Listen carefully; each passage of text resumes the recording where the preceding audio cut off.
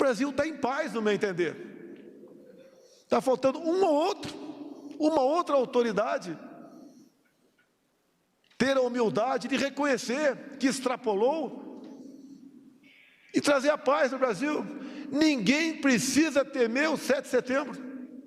Pelo que tudo indica, vai ser um recorde de pessoas. O que as pessoas estão fazendo lá? O que eles estão pedindo? O que estão clamando? A não ser aquilo que o ministro Fux disse hoje em sua sessão. Não pode haver democracia se não tiver respeito à Constituição. Parabéns mais uma vez, ministro Fux.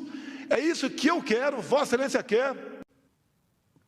Bom, e depois, mais tarde à noite, ele voltou a falar sobre isso na live dele semanal. O presidente do STF, Luiz Fux, pediu responsabilidade e pediu respeito institucional durante os protestos. A Suprema Corte, guardiã maior da Constituição e árbitra da Federação, aguarda que os cidadãos agirão em suas manifestações com senso de responsabilidade cívica, respeito institucional e cientes das consequências jurídicas dos seus atos, independentemente da posição político-ideológica que ostentam. Num ambiente democrático, manifestações públicas são pacíficas. Por sua vez, a liberdade de expressão não comporta violências e ameaças.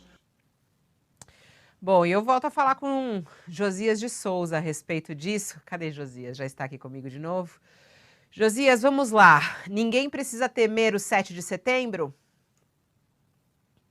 Acho que o presidente Bolsonaro levou o país a temer o 7 de setembro, né? Quando o presidente diz que é preciso reconhecer, que algumas autoridades precisam reconhecer que extrapolaram, é muito cômico até, né? Porque ninguém mais extrapolou do que o presidente Bolsonaro. Quem observa o Brasil de longe fica com a impressão de que o país virou um hospício dirigido pelos loucos.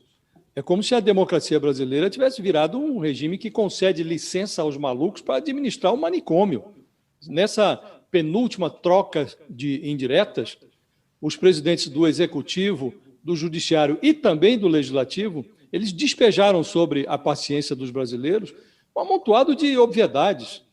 O Luiz Fux, presidente do Supremo Tribunal Federal, disse na abertura da sessão da Corte, como a gente viu aí, que a democracia pressupõe manifestações pacíficas e que liberdade de expressão não abrange violência e ameaça.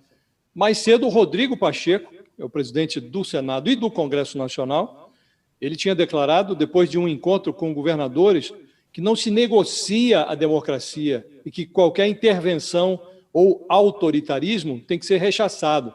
Aí vem o Bolsonaro, que é o suposto presidente da República, e declara numa solenidade, depois reforça isso na sua live semanal, em timbre meio irônico, que o país está em paz, que ninguém precisa temer o 7 de setembro.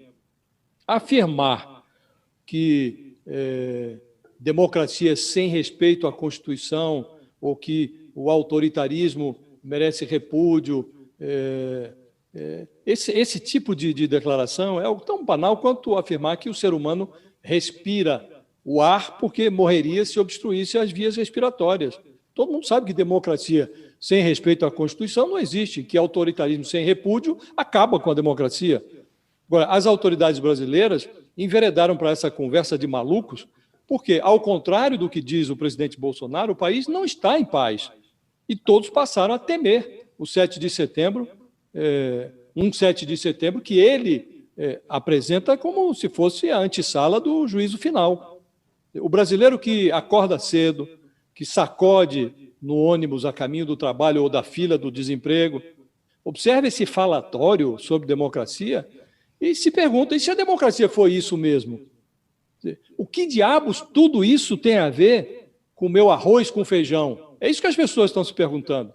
Diante de um cenário assim tão alucinado, o melhor que o brasileiro pode desejar para esse feriado do Dia da Independência é o apocalipse mesmo, porque a alternativa a isso, a alternativa ao fim do mundo, é acordar no dia 8 de setembro, com o bolso vazio, inflação a pino, geladeira vazia e um presidente que se revela capaz de tudo, exceto de presidir. É mais ou menos como se o Brasil fosse comandado por um psicótico que transformou a presidência num castelo no ar, condenando os brasileiros a morar nessa sua alucinação e transformando os chefes dos outros poderes em psiquiatras impotentes que demoram a apresentar a conta para o maluco. É essa a situação que nós estamos vivendo. Ô, É Josias, muito triste chegarmos a esse ponto.